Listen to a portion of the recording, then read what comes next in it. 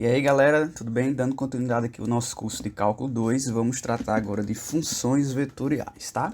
Então o que é uma função vetorial? É uma função cujo domínio é o conjunto dos números reais e cuja imagem é um conjunto de vetores. Esse tipo de função é chamado de função vetorial.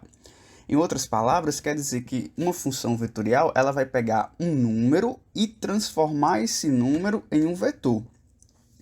Então, se a gente fosse esboçar, a ideia é como se eu tivesse aqui o conjunto dos números reais, e nesse conjunto dos números reais a gente tem aqui uma série de números, né? Por exemplo, eu tenho lá o -1, eu tenho lá o 2/3, eu tenho lá o π, eu tenho o 0,7 e assim por diante. E aí eu vou pegar esses números e transformar eles em vetores. Esses vetores podem ser um vetor do R2 ou pode ser um vetor do R3. Se for um vetor do R2, ele vai ter duas coordenadas. Se for um vetor do R3, vai ter três coordenadas. Então, suponha que eu vou, nesse meu desenho aqui, eu vou pegar esses números e transformar em vetores do R3. Então, quer dizer que esse -1, por exemplo, quando eu aplicar ele na função, ele vai se transformar em um vetor. E quando eu digo que ele vai se transformar em um vetor, quer dizer que ele vai se transformar em uma coordenada tripla, né? Com três valores. Então, o -1 poderia se transformar em algo desse tipo aqui, ó, em algo do tipo 0, 1, 2. Isso aqui representa um vetor no R3. Isso aqui representa um ponto no R3 e automaticamente também representa um vetor. A gente pode dar essas duas interpretações. A gente pode dar a interpretação de que é um ponto do R3 ou de que é um vetor do R3, um vetor partindo da origem. Quando a gente marca esse pontinho lá no R3, no plano, desenha lá o plano do R3 e marca o pontinho e desenha um vetor até esse ponto, aí a gente vai ter o esboço do vetor no R3. Então, da mesma forma que acontece com -1, aí o 2/3 pode ir lá e se transformar em outro vetor, digamos, -1, -1 e 1. O π pode se transformar em outro vetor e assim por diante. Então, a ideia é que eu vou pegar números e transformar eles em vetores. Isso que se caracteriza uma função vetorial. Esse vetor pode ser do R2 ou pode ser do R3. Então, aqui eu tenho dois exemplos de funções vetoriais, tá?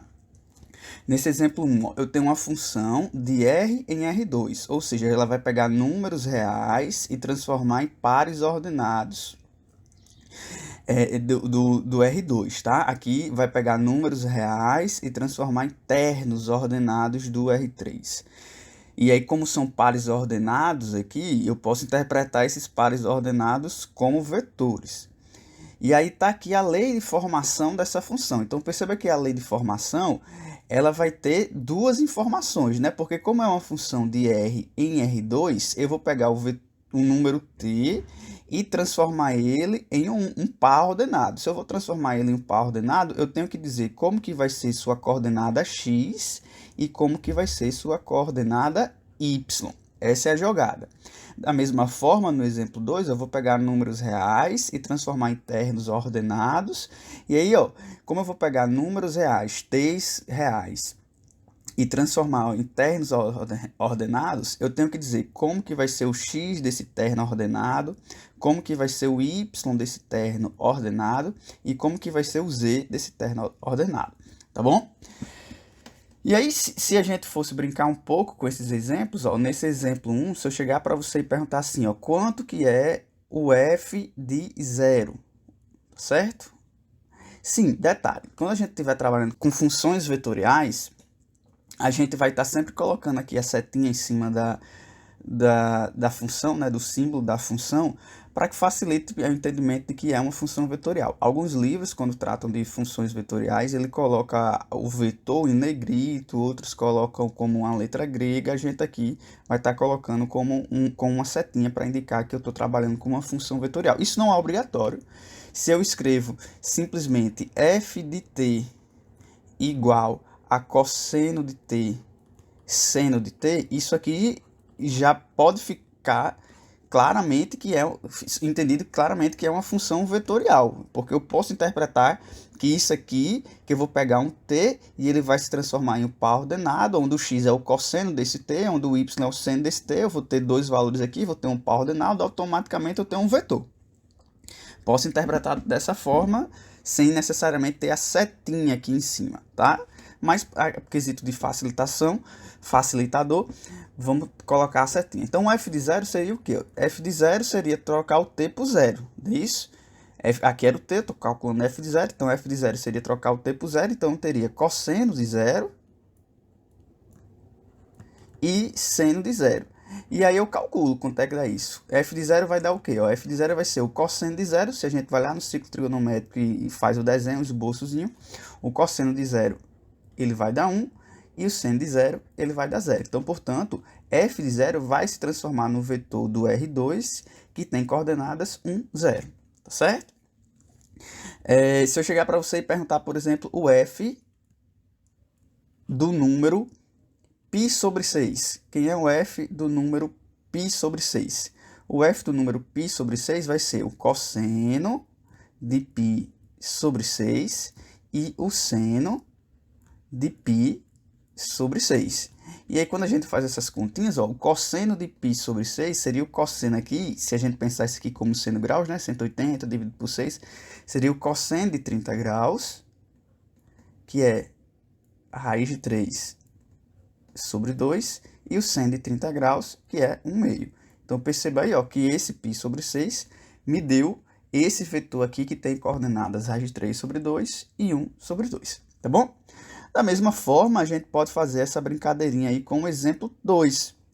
Só que aqui eu vou achar um vetor do R3 agora. Né? Se eu chegar para você e perguntar, ó, quem é o F de 1? Se eu chegar para você e perguntar quem é o F de 1, então isso aqui vai ficar 1 ao cubo. Estou trocando t por 1, né? ln de 3 menos 1. 3 menos 1 daria 2, ln de 2. E depois raiz quadrada de 1. E aí, se a gente fizer as devidas continhas, vai observar que isso aí vai resultar em 1. ln de 2 eu vou deixar como ln de 2. Quiser ir na calculadora e calcular o ln de 2, é só calcular. E a raiz de 1 vai ser 1. Então, o 1 vai se transformar no vetor, tem coordenadas 1, ln de 2 e 1. Tá? ln de 2 é o logaritmo neperiano, para quem não sabe. Na calculadora científica vai estar lá o ln, que é um tipo de logaritmo, onde a base desse logaritmo é o número de Euler, é o número E. Uma coisa interessante é que nem todo o t não pode assumir qualquer valor, a depender da função. Observe, por exemplo, que se por acaso eu quiser calcular o f de menos 1, isso não vai ser possível. Por que não vai ser possível? Porque quando eu for calcular o f de menos 1, eu vou trocar o t por menos 1. Então, lá no primeiro, ó, que é t ao cubo, vai ficar menos 1, entre parênteses, né, ó, ao cubo. Depois vai ficar ln de quê? Ó? Ln de 3 menos t. Como t está sendo menos 1, então ficaria 3 menos menos 1, e, portanto, 3 mais 1. 3 mais 1 é 4. E depois, no outro lá, na terceira coordenada, ficaria a raiz quadrada de menos 1.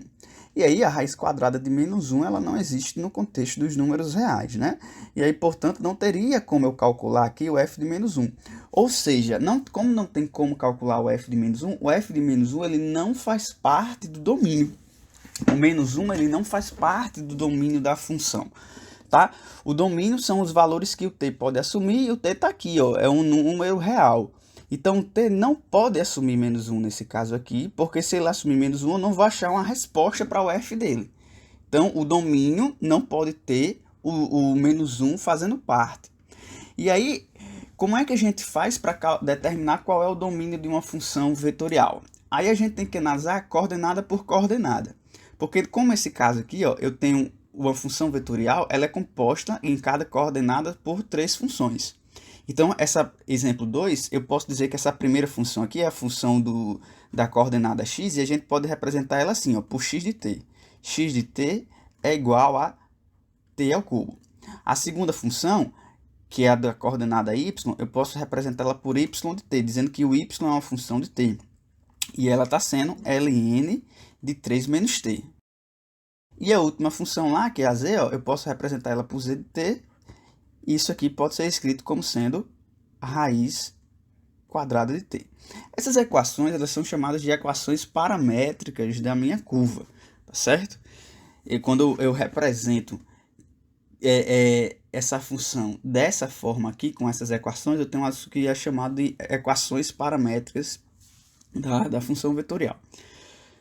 Então perceba que para o eixo x, para a coordenada x, ela pode, não tem condição para ela ser positiva, não tem condição para ela ser negativa e não tem condição para ela ser zero. Ela pode ser positiva, pode ser negativa, pode ser zero. Já para esse contexto aqui, no contexto do logaritmo, existe uma condição que esse logaritmando aqui, tá certo? Essa parte que está entre parênteses, quando a gente tem o log de A numa base B, é essencial que esse A ele seja maior do que zero, tá certo? É essencial que esse A seja maior do que zero. E aí, portanto, nesse contexto aqui, ó, esse 3 menos t, ele tem que ser maior do que zero, porque o 3 menos t estaria fazendo o papel de A. E aí, 3 menos t sendo maior do que zero, a gente conclui que o t tem que ser menor do que 3. Então, ó, se na função x o t poderia ser qualquer coisa, na função y o t tem que ser números menores do que 3. Então, eu não posso calcular já o t de 4. Se o t for 4, eu não vou conseguir calcular o f de 4. Se o t for 5, eu não vou conseguir calcular o f de 5. E aí, tenta você mesmo. Se o t for igual a 4, quem seria o f de 4? O que é que vai acontecer se eu for tentar fazer esse cálculo? Já na função de baixo, como a gente tem uma raiz quadrada, a gente sabe que esse radical aqui, esse radicando, ele tem que ser um número positivo. Portanto, esse t aí tem que ser maior ou igual do que zero. E aí a gente tem essas duas condições aqui, ó. O t tem que ser menor do que 3 e o t tem que ser maior ou igual do que zero. Portanto, a gente pode escrever que o domínio da minha função é igual a t pertencente aos reais, tal que t é menor do que 3 e maior ou igual do que zero. Isso é um jeito de escrever o domínio. A gente poderia dizer que o domínio é simplesmente esse intervalo aqui, ó, de 0 fechado até 3 aberto. É outro jeito de escrever a mesma coisa, tá bom? Bem, essa foi a introdução do que é uma função vetorial. Vamos entender agora como é que faz para calcular o limite de uma função vetorial, que é muito simples. Bem, para calcular o limite de uma função vetorial, vamos entender aqui esses dois exemplos. O limite de uma função vetorial nada mais é do que o limite de cada componente da função. Então, quando você quer calcular o limite da função vetorial, está aqui a lei de formação da função vetorial. Se você quer calcular o limite dela, basta calcular o limite de cada componente. Então, você calcula o limite da primeira, o limite da segunda e o limite da terceira. Portanto, nesse exemplo 1 aqui, a gente tem o seguinte, ó, eu quero calcular o limite da função vetorial quando t tende a 1. Se eu quero calcular o limite quando t tende a 1, eu vou calcular o limite do x de t quando t tende a 1, do y de t quando t tende a 1 e do z de t quando t tende a 1. Tá certo? Então, para responder esse exemplo 1, a gente tem que fazer o cálculo de 3 limites. Então, seria o limite dessa primeira expressão quando t tende a 1, depois o limite da segunda expressão e depois o limite da terceira expressão, ambos quando t tende a 1. Bem, para quem já lembra dos conceitos de cálculo 1, né, para calcular esses limites aqui, a gente vai ver que vai ter uma indeterminação do tipo 0 sobre 0, se eu substituir o t por 1. E aí, como vai ter uma indeterminação do tipo 0 sobre 0, a gente consegue fatorar. E aí, eu posso dizer que esse limite aqui é igual ao limite dessa função aqui, né? Ó. E aí, como a gente está calculando um limite nas proximidades de 1, a gente pode cancelar esse t menos 1 de cima com esse t menos 1 de baixo, aí fica só o limite de t mais 1, e aí eu posso substituir o t mais 1, e portanto isso vai resultar em 2. Nesse outro exemplo, vai ser uma fatoração de maneira similar, só que eu tenho que lembrar como é que fatora t ao cubo menos 1. E t ao cubo menos 1 tem uma regrinha de fatoração que vai fazer ele ficar da seguinte forma. A expressão de cima, t ao cubo menos 1, é a diferença de dois cubos. Tem uma revisadinha se você não lembra, mas a diferença de dois cubos ela vai se transformar nessa expressão que aqui está. E aí, de novo, como eu estou calculando o limite quando t está nas proximidades de 1, eu posso cortar o t menos 1 de cima com o t menos 1 de baixo. E aí, eu calculo o limite apenas dessa segunda expressão aí. E aí, eu substituindo t por 1, isso vai ficar 1 mais 1 mais 1, que vai resultar em 3. Na expressão de baixo, para calcular esse limite aí, a gente pode multiplicar em cima e embaixo pela raiz de t menos 1. E quando a gente faz essa multiplicação em cima e embaixo pela raiz de t mais 1, né, que é o conjugado, é assim que a gente fala, para ter essa raiz aí e tirar a indeterminação, a gente vai ficar com a seguinte expressão. Perceba que eu estou multiplicando em cima e embaixo pela raiz de t mais 1. E aqui, como eu estou fazendo a multiplicação de dois parentes, onde a única diferença entre eles é o sinal de mais, né? Isso aqui é o produto da soma pela diferença, que fica o quadrado do primeiro menos o quadrado do segundo.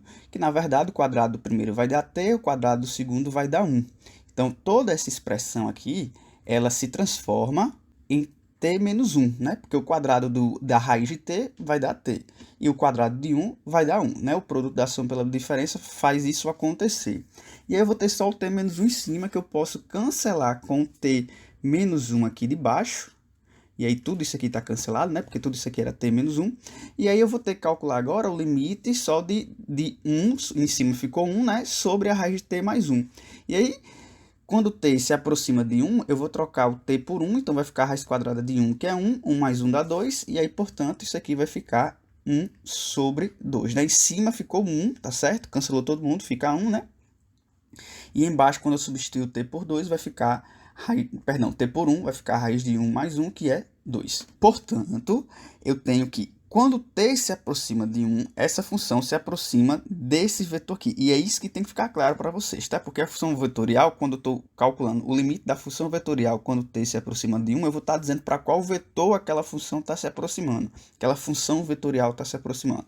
Então, o limite dessa função aqui vai ser igual a 2, 3 e 1 meio, tá certo? Que são os limites de cada componente. Cada componente tendeu a esses limites aqui, portanto, o limite da função vetorial é esse vetor que aqui está. Como era de se esperar, pessoal, para um pouco para pensar, né? Eu estou calculando o limite de uma função vetorial. Então, eu estou calculando o limite daquela função quando t se aproxima de um determinado valor.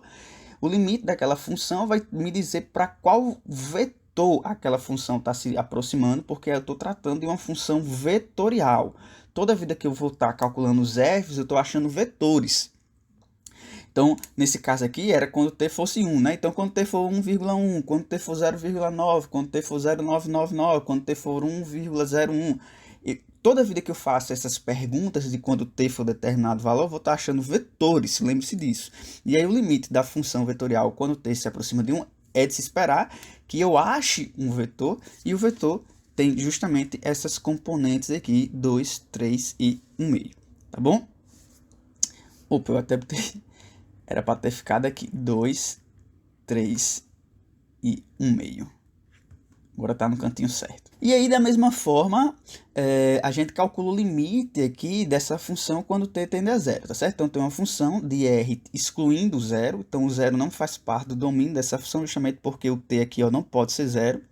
Então, tem uma função desse conjunto. Quem é esse conjunto? São todos reais, excluindo o zero, se transformando no R3. Ou seja, vai se transformar em vetores do R3, vai se transformar no terno ordenado. E o que acontece quando o limite dessa... O que acontece com essa função quando o limite... Quando t tende a zero? Bem, nesse caso aqui não tem muito o que discutir, porque ó, se a gente for calcular o limite de cada coordenada aqui, a gente vai ver que esse aqui, quando t tende a zero, esse aqui vai tender a zero. O t ao quadrado vai tender a zero. O t vai tender a zero. Só que esse aqui, ó, quando t tende a zero, a gente sabe que quando t tende a zero, 1 sobre t vai tender a mais ou menos infinito, certo? Pode ser mais infinito se o t está tendendo pela direita do zero, pode ser menos infinito se o t está tendendo à esquerda do zero. Para quem não lembra, né? Ó, se eu estou pegando 1, se eu tenho 1 sobre t e t está ficando cada vez menor, estou pegando uma constante e dividindo por um número muito, muito pequeno.